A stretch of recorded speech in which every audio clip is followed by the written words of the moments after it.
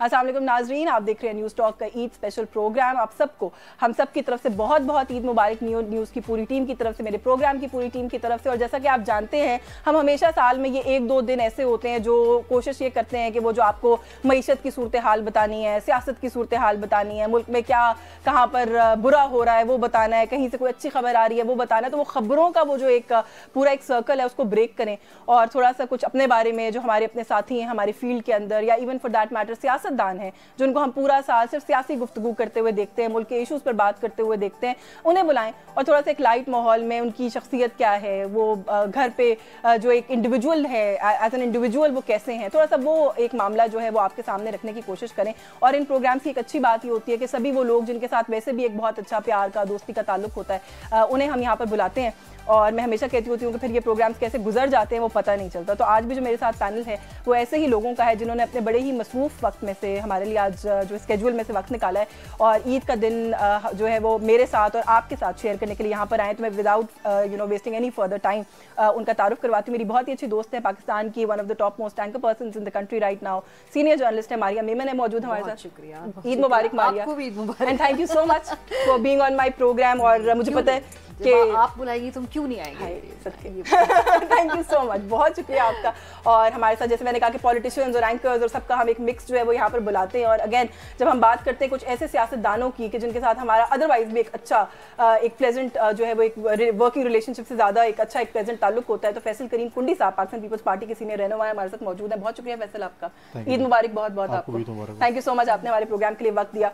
और जब हम बात करते हैं पाकिस्तान में जो प्राइम टाइम के प्रोग्राम्स हो रहे हैं, तो again one of the most prominent faces जो आपको पाकिस्तानी प्राइम टाइम पे नजर आते हैं, किरण नाज ने हमें ज्वाइन किया। बहुत शुक्रिया किरण, थैंक यू सो मच और बहुत बहुत ईद मुबारक आपको। आपको भी बहुत बहुत अच्छी लग रही है आप।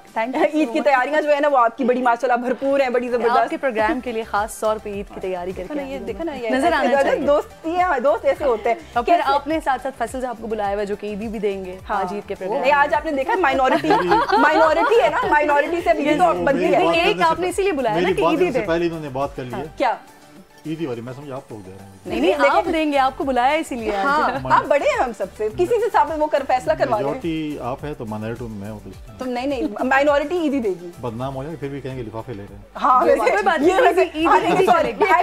मैंने सियासतदान से ईदी नहीं लेने वाली, मुझे दे दें। हाँ वैसे उल्टा करके देखते हैं कि अगर हम ईदी दे तो फिर क्या इल्जाम लगेगा। कुछ ना कुछ बदनामी होनी है, जो भी लगे आप दे दें। अच्छा वो नहीं, अच्छा सियासतदानों की अच्छी क्वालिटी होती है ना। पता है ये कमाल ना खाली पॉलिटिशियंस में होता है, जो उनकी नहीं देखो उनका टॉलरेंस लेवल ज्यादा है, वो अपने कॉन्स्टिट्यूएंसीज में जाते हैं और वहाँ पे क्या क्या शिकवे गिले नहीं सुनते, क्या क्या बातें नहीं सुनते।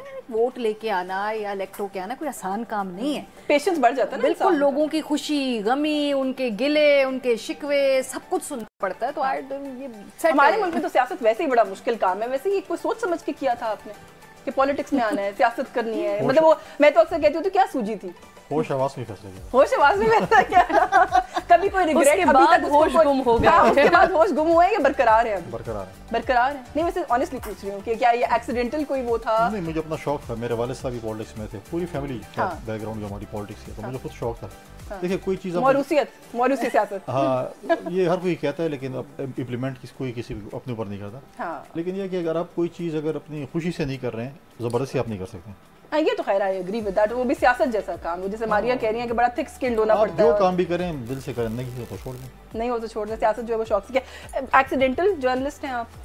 हाँ वैसे वाकई। अच्छा ये मैं जिससे पूछती हूँ ना वो यही कहते हैं। इसकी वजह जो बचपन में ना, आपको याद है वो हमारे अखबारों के साथ कुछ ज़मीन में आते थे, संडे को इसमें इंटरव्यूज आते थे एक्ट्रेसेस के, एक्टर्स के, और उनसे वो सब सवाल पूछते थे कि आप एक्टर कैसे बनी। उन्होंने कहा जी वो मैं हादसाती तौर पे एक्टर बनी। तो मैं कहती थी झूठ, ये तो हो ही नहीं सकता, ये तो गलत बात करिए, ऐसे मॉडेस्ट बात करिए। और जब मुझसे लोग सवाल पूछे तो मुझे अपना वो झूठी कमेंट याद आ जाता है। पर हाँ आई am a big believer of destiny, बल्कि अगर मैं कहूँ कि आई एम डेस्टिनीज चाइल्ड, जैसे किस्मत आपको जहाँ लेके जाती है, लेकिन आप हार्डवर्क भी करते हैं। ये नहीं कि किस्मत पे आप चले जा रहे हैं और मीडिया तो और कैमरा ऐसा बेरहम काम है ना कि वो आप एक्सपोज कर देता है। ठीक बात है, बहुत बेरहम है। और आपकी इतनी सी भी गलती जो जब पकड़ी जाए, या आपको अगर ऑडियंस रिजेक्ट कर दे, लोगों को आपकी बात में इफादियत नजर ना आए, तो फिर आप किस काम के? मतलब एक्सीडेंटली आप आ सकते हैं बट आप सर्वाइव नहीं कर सकते, बिल्कुल भी नहीं। और सिफारिश पे जो कहते हैं जी, सिफारिश पे लोग आ जाते हैं। भाई कैमरा आपका फाइनल जो है अथॉरिटी है, आपकी ऑडियंस अगर आपकी बात उनके दिल को लग गई है तो आप टिक जाएंगे, अगर आपकी बात उनके दिल को नहीं लग रही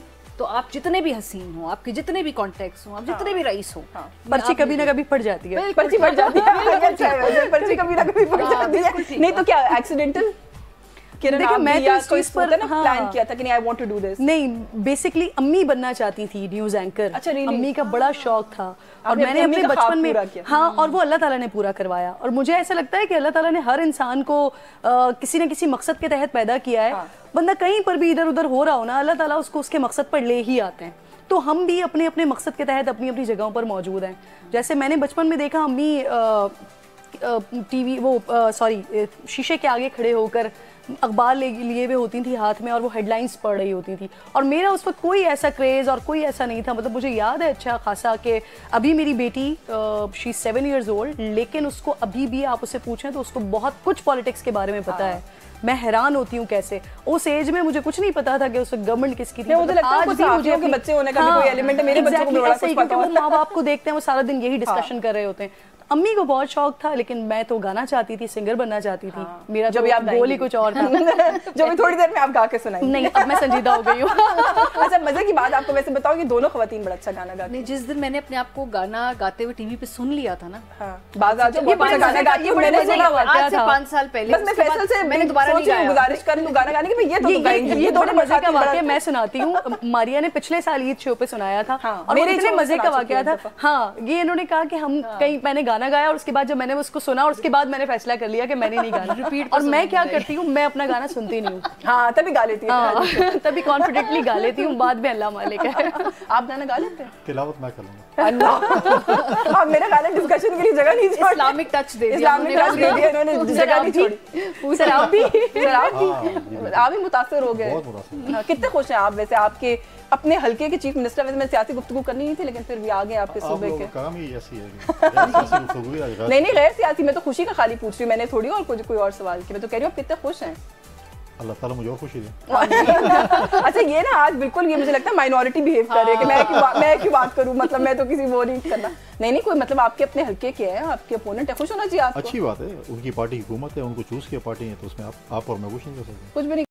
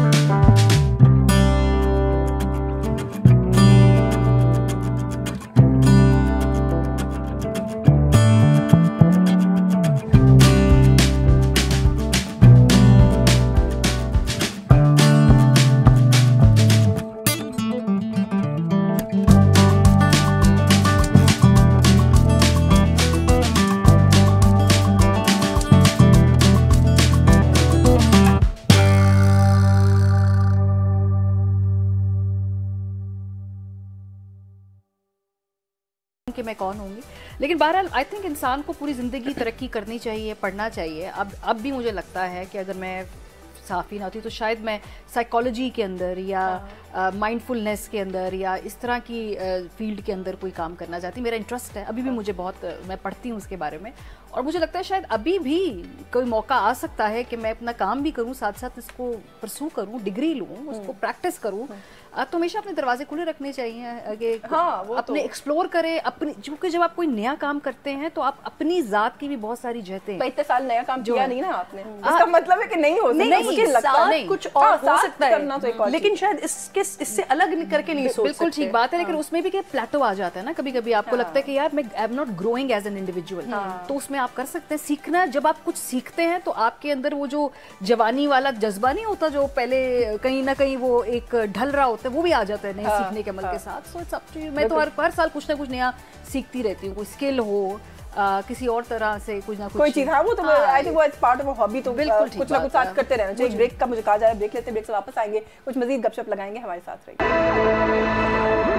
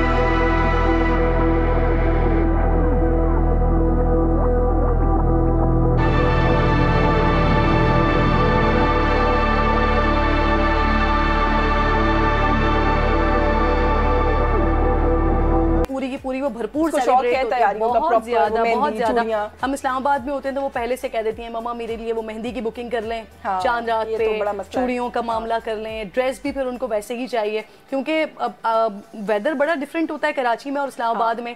और मेरी बेटी का ज़रा मसला भी बहुत ज़्यादा है, तो एक दफ़ा ऐसा हुआ, छोटी थी जब, तो मैंने उनके लिए नॉर्मल ड्रेस एक फ्रॉक टाइप की ताकि बच्चे को गर्मी ना लगे। आज से 3-4 साल पहले बहुत गर्मियों में ईद आ रही थी, तो जब फैमिली के बाकी बच्चे आए तो उन्होंने वो जर्क बर्क ड्रेसेस पहने हुए थे ईद वाले। ऊपर आके अपने बाबा को इतनी शदीद कंप्लेन की कि इन्होंने मुझे मासी बना के बिठा दिया, सारे लोग जो है वो ईद के कपड़ों में और मुझे कैसे कपड़े पहना दिए। तो बहुत ज़्यादा इस चीज़ का भी ख्याल रखना पड़ता है और ये अच्छा भी है। मुझे एक वो बड़ा चिढ़ होती है उस जुमले से कि लेकिन नॉर्मली लोग कहते हैं ईद का दिन कैसे गुजारा जी, सो के गुजारा। साल में एक दफा इतना खूबसूरत दिन आ रहा है, आप उसे सो के गुजार देते। तो तैयारी करें हर दिन, हर साल की ईद को जब तक अल्लाह ताला जिंदगी दे ईद की तरह मनाना चाहती हूं। बच्चियों को इतना शौक होता है ना ईद की तैयारियां और वो करने का कि मैं खुद भी बड़ा एंजॉय करती हूँ। जब मेरी बेटी को होता है कि तैयारी करनी है, चूड़ियां पहननी है, वही बात है कि 10 दिन पहले पूछना शुरू कर देती है कहाँ से मेहंदी लगवाएंगी। सो वो आई थिंक बड़ी एक अच्छी सी चीज है। आपके करती है सोती होती है? मेरा तो खर्चा बड़ा होता है खर्चा, क्योंकि मैं सबसे बड़ी हूँ घर में, तो वो ईदियां दे दे के इधर ईदियां उधर ईदियां, और हमें भी देख जाएगी। और मुझे इसका मतलब हम तसल्ली रखें, ईदी देने की हमारी आदत है। अब वो जमाने गए जहाँ पे ईदी हम वसूल किया करते थे, अब सिर्फ वालिद साहब से मिल जाती है या कहीं ससुराल से मिल जाती है, लेकिन जितने माशाल्लाह नेफ्यूज और नीसेज हैं तो मेरे तो खर्चा ही बड़ा होता है। जब बाद में बैठ के हिसाब करती हूँ तो मेरा तो सिर्फ इसमें नहीं, तो ईदी का वो कर दो कि ईदी एक टोकन सेरेमोनियल चीज है, 100 रुपया मिलेगा। नहीं भाई, उन्होंने रेट अभी से तय कर लिया है। उन्होंने मुझे बता दिया कि ये आपका इतनी ईदी हम आपसे एक्सपेक्ट करते हैं, तो इससे कम ईदी हमारे लिए काबिल कबूल नहीं होगी। तो बट आई नो कि you are very close to your nieces, तो मेरा ख्याल है कि वो देख के एंजॉय भी करती होगी। हाँ बिल्कुल, उन्होंने बता दिया कि ये आपने इससे कम नहीं देनी, तो वो सब तय किए, सब रेट तय है, तो मेरा खर्चा बड़ा होता है, लेकिन ये प्यारे वाले खर्चे हैं, ये मेमोरीज वाले खर्चे हैं। अच्छा, इसमें एक चीज और ऐड होती है कि ईदी बहुत सारी देनी पड़ती है, ऑब्वियसली इन-लॉज भी हैं, अपनी फैमिली भी है, और एक रेट फिक्स होता है। ये शायद आई थिंक ये सब जगह का होता है, बच्चे अपना रेट फिक्स कर लेते हैं कि भाई इस साल ये वाला रेट खुलेगा, और फिर दोनों जगह फिर बैलेंस रखना पड़ता है। लेकिन मुझे वो जो मेरे चचा, मेरे अब्बा, मेरे लेनी भी अच्छी लगती है जो ईदी देते हैं ना, हालांकि वो अमाउंट, क्योंकि जाहिर सी बात है जो मुझे मिल रहा है वो कम है, बच्चे ज्यादा है, लेकिन उस अमाउंट की इतनी खुशी होती है, वो चाहे 100 रुपीज का एक नोट भी हो ना, वो, और मैं सबके नाम लिखकर वो अपने पास रखती हूँ। वो मेरे पास आज तक रखे हैं, मेरे मियाँ की पहली ईदी भी आज तक रखी है। अच्छा, वो भी यूज नहीं किए? तो उसके ऊपर लिख कर रखा हुआ है मैंने किस डेट पे ईदी। ये मेरी बेटी तो खैर आउट ऑफ कंजूसी नहीं खर्च करती, लेकिन वैसा ही साउंड कर रही है, वो तो बैग में डाल के रखती रहती है, नहीं I will spend it when I want to. भाई कब करना है, मतलब बैग भर गया, तो अब उसमें से मैंने सोचा एक एक निकाल लेना चाहिए आहिस्ता आहिस्ता, जब उसका ध्यान ना हो। तो आप लोग भी ईदी दें मुझे, ताकि मैं भी वो देगी ना, मैं बता नहीं, देखो ना, वो इतनी खुशी से कह रही है कि वो ईदी देती है, शी से मुझे बड़ा मजा आता है, तो ईदी तो मिल जाएगी, अब ईदी की टेंशन नहीं लेनी है। कुकिंग का शौक है, वो जो लोग बाहर पढ़ के आए होते हैं ना, उनको कोई ना कोई तजर्बा होता है खाना पकाने का। एक ज़माने में मजबूरन पकाना पड़ जाता था, लेकिन भूल गए हैं। जब पकाते थे, अच्छा पकाते थे। बेगम को कुछ खिलाया कभी पका के? नहीं, जब मैं पढ़ता था बाहर तो उस वक्त इसीलिए पूछ रही हूं, बिकॉज़ जो लोग बाहर से पढ़ के आए होते हैं उनको बाय डिफॉल्ट आती है। बाहर पढ़ता तो बस वो मैं कुछ ना कुछ पका लेता था। हाँ। तो अब तो काफी अर्सा हो गया नहीं पकाया, लेकिन ये है कि अंडा ऑमलेट, सिवैयां, ये चीजें जो मुझे सिवैयां बड़ी पसंद है, मैं पका सकता हूँ। अच्छा, ये जबरदस्त, ये तो बड़ा जबरदस्त है, बड़ी स्किल है। अंडा और ऑमलेट जो है ना वो भी पका लेता हूँ, मतलब भूख से नहीं मर सकता। दूध उबाल के उसमें सेवैयां डालने कौन सी बड़ी स्किल है ये? नहीं भाई, मैं क्या पता मारिया को भी ना आता हो।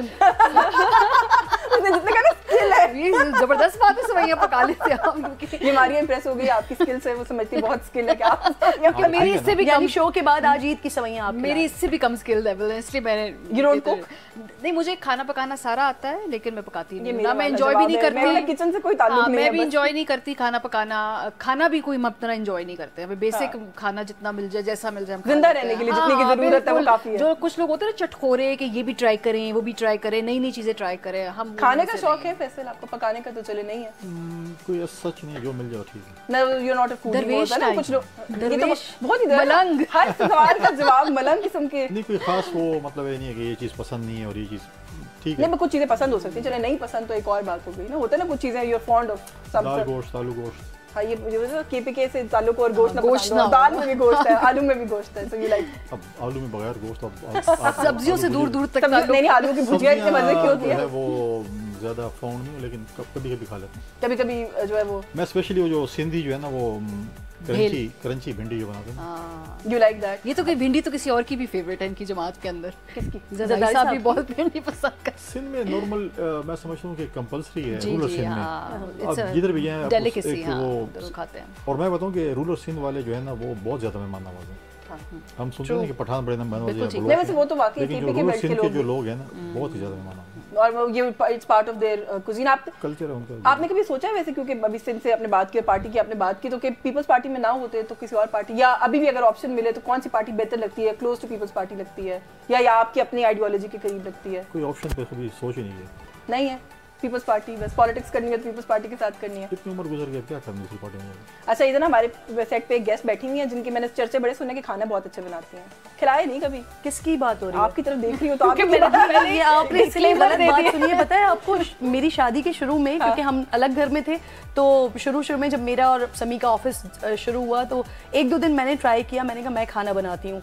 फिर उसके बाद क्योंकि मेरे हस्बैंड बहुत अच्छा खाना बनाते हैं, तो फिर ये हुआ कि मैं ऑफिस से जब ऑफिस से वापस आती थी तो खाना अमूमन बना हुआ होता था।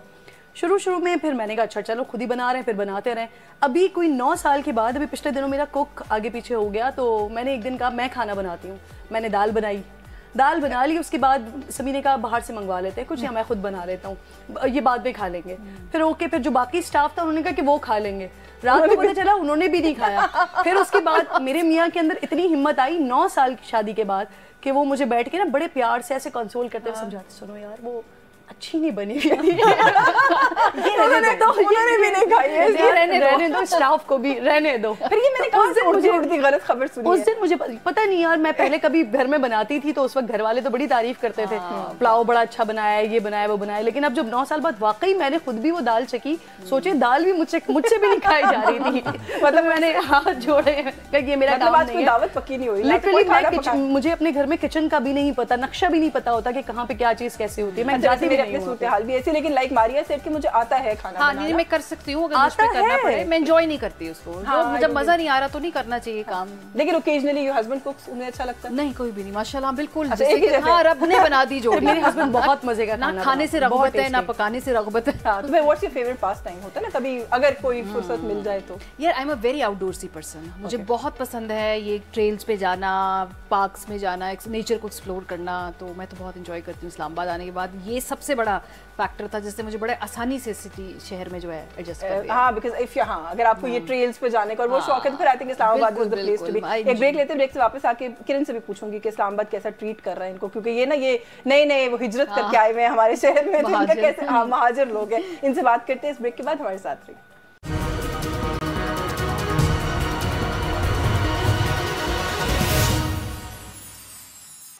जी, वेलकम बैक नाज़रीन, और हम लोग यहाँ ईद के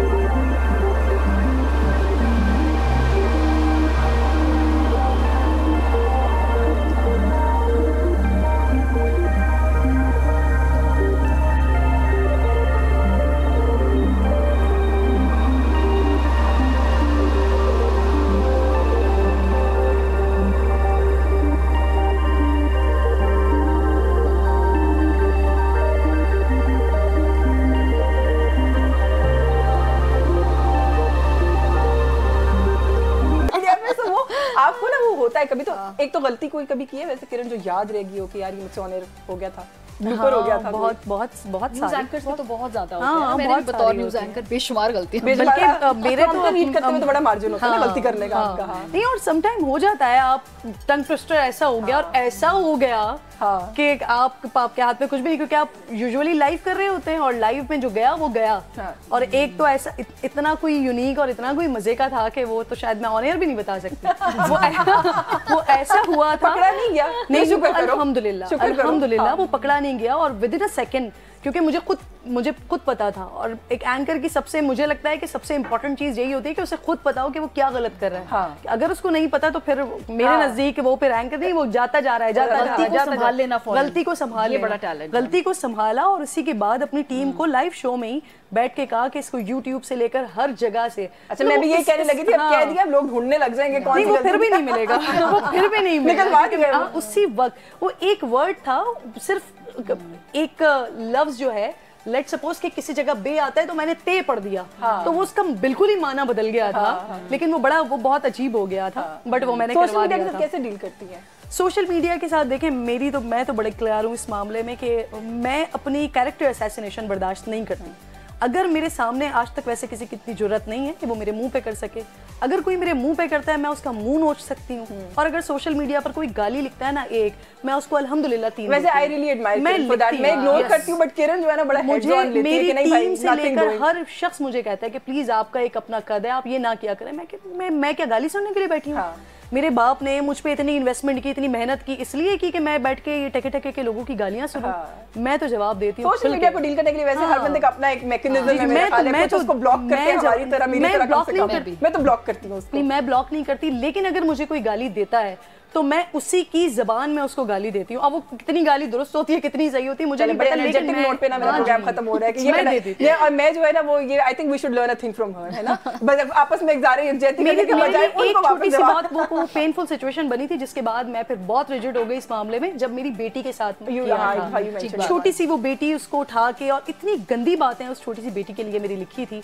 उसके बाद फिर मैंने तो मास्क खोल दिया। बस ये के प्रोग्राम कहीं होता है, गपशप लग रही होती है तो टाइम ज्यादा हो जाता है, उसके लिए जल्दी क्लोज करते हैं। Thank you so much Faisal. आपने तो सुने नहीं गाना, वो मुझे ब्रेक में कह दिया गया था ना, आप दोस्त है क्या करूं मैं? प्रोग्राम वाइंड अप करके जो है ना फिर फरमाइश करती हूं कि आप मैं प्रोग्राम वाइंड अप करके आपको गाना सुनाती हूं। बहुत शुक्रिया आपका फैसल, आपके वक्त के लिए मार गया। Thank you so much Kiran, बहुत शुक्रिया आपका। ईद मुबारक once again. Thank you so much, आपको भी बहुत बहुत ईद मुबारक। व्यूअर्स, आज के प्रोग्राम से बस यही कुछ, मुझे इजाजत दीजिए और बहुत अच्छी ईद मनाइए। अल्लाह हाफ़िज़।